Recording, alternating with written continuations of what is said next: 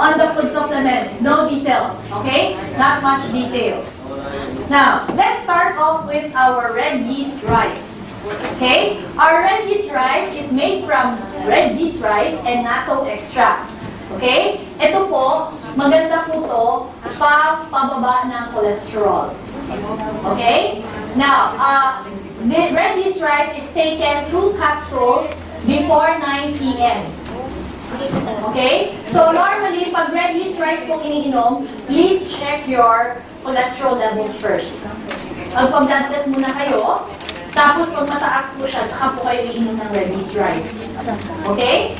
This is taken 2 capsules a day. Okay? Binababa po niya yon. At yung kanyang natto enzymes, ang ginagawa po niya, tinatanggal po yung mga bara. Okay? Now, here we have our Anthrodia cinnamomea. The Anthrodia cinnamomea is made from the Anthrodia cinnamomea fungus that is endemic to Taiwan. This is called the national treasure of Taiwan.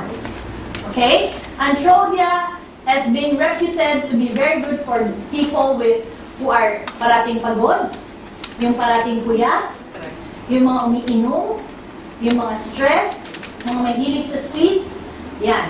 Anthrodia po ang maganda. Okay? And then we have our glucosamine formula. Oh, okay. Anthrodia, you take these 2 capsules a day, daytime.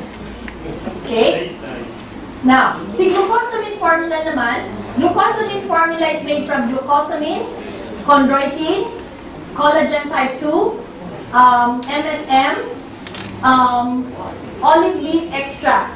Okay? Meron pa siyang nano-calcium and vitamin D para sa absorption. Now, ang glucosamine po usually is used sa mga joints. European doctors have researched and found that this is effective in helping people with osteoarthritis. Okay? So how do you take glucosamine? Glucosamine as a supplement is recommended 1 tablet 3 times a day before meals. Okay? Osteoarthritis. Okay? Before meals. Now, for people na medyo masama ang tiyan, medyo nasira yung tiyan, they take it after meals. But normally, we take it before meals.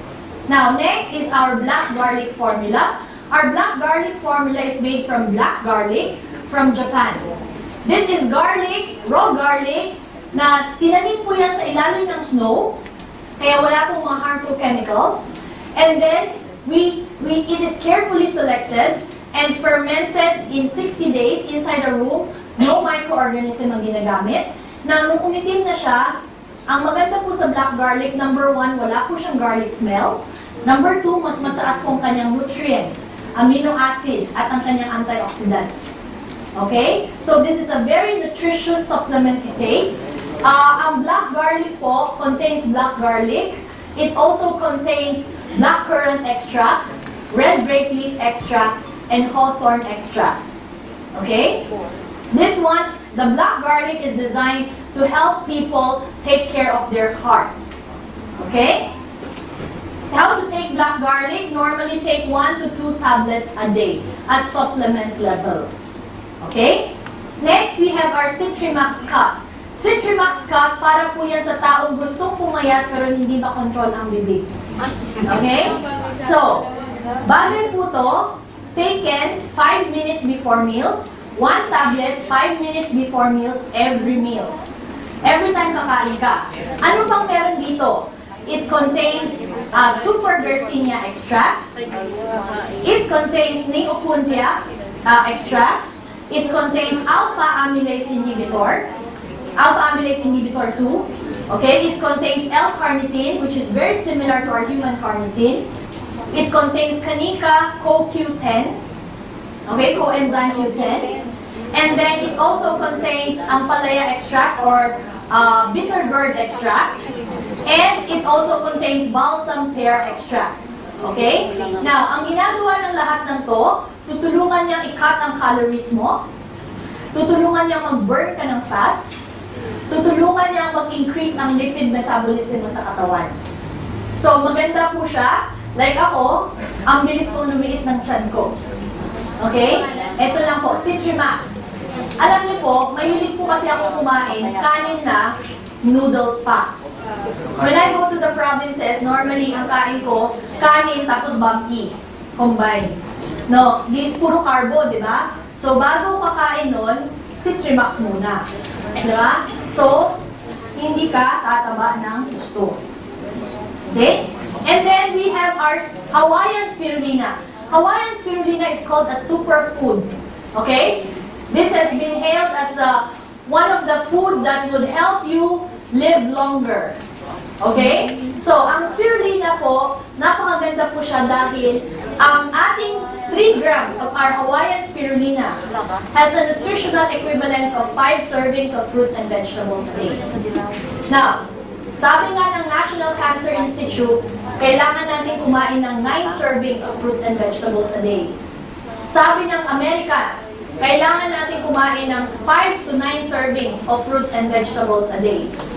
Sa Pilipinas po, ang ating RDA, 5 servings of fruits and vegetables a day. Tanong po, sino po dito ang nakakakain ng 5 servings of fruits and vegetables a day? Taas ang kamay. Wala. Sino nakakakain ng 5 servings of fruits and vegetables a day? A day, yes. Nauubos mo 5 servings. 1 serving is about this much. So, sa isang araw, 5 servings, 5 ganyan. Ganyang karaming fruits and vegetables ang nauubos sa isang araw. That is our RDA in the Philippines. Pero most of us are not attaining that. Lahat kung tayo hindi natin nagagawa, what more our children? Right? So, kailangan natin ng supplementation. And spirulina is your answer. Okay? So, we recommend taking 5 tablets of spirulina a day. That is equivalent to 5 servings of fruits and vegetables a day. So that pag kumain ka pa ng fruits and vegetables, on top of it, so lalapit ka dun sa 9 servings na required ng National Cancer Institute. Okay? So, ito pong ating spirulina. And ang maganda po sa ating spirulina, our spirulina is the only spirulina in the world that uses potable drinking water from Hawaii to culture it. Kasi marami pong mga spirulina sa labas, ang ginagamit lang po river water or irrigation water. Now, you must remember, ang algae po or ang spirulina ay napaka-absorptive. Ina-absorb po niya yung kanyang environment. Kung ano po mga heavy metals sa kanyang kapaligiran, nakukuha po niya yun. Now, itong sa atin po, galing po sa Hawaii. Ang kanyang nutritional equivalence ay napakataas. It is 3 times more calcium than whole milk. It has 51 times more iron than spinach. It has 39 times more beta-carotene than carrots. And it is 6.7 times more protein than tofu. Okay? Kaya, ang maganda po sa spirulina, hindi po tayo mabilis mapagod. Kasi kompleto ka sa sustansya. Okay? So, yan po ang ating spirulina. Next is we have our soybean germ formula. Ang soybean germ formula po is designed for women who are experiencing perimenopausal symptoms. For example, malamig ang aircon pero tumatagagtak yung kanyang pawis. Tapos minsan naman biglang iinit ang ulo. Minsan naman may high blood, masakit ang ulo, masakit ang likod, may incontinence, no? Yan po ay sometimes symptoms of menopausal. So, ang ating soybean germ, napakaganda dahil tinutulungan po niyang i-balance yung levels ng hormones sa katawan. Dahil ang isoflavones po ng soybean germ ay may 12 and 3 out of the 12 are the most active. Sa tatlong yon, yung isa tinatawag ay genistein, yung isa ay tinatawag na diancin, at yung isa ay tinatawag na glycine. Now, itong mga to, ang tumutulong para ayusin po ang ating mga hormones.